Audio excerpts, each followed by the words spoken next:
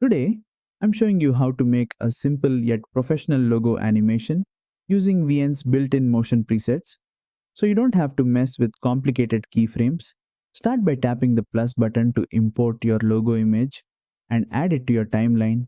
Next, tap the logo clip to select it and tap motion. You'll find several motion presets like spin, which rotates your logo, reveal, which animates it in with a cool effect, and scale, which zooms your logo in or out. Tap each one to preview and see which animation fits best with your video style.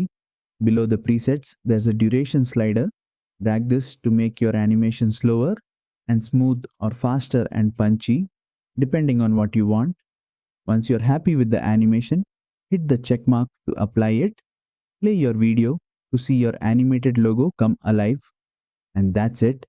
A quick and easy way to add a stylish animated logo to your VN videos. If this tutorial helped, please like, share and subscribe for more quick VN video editing tips.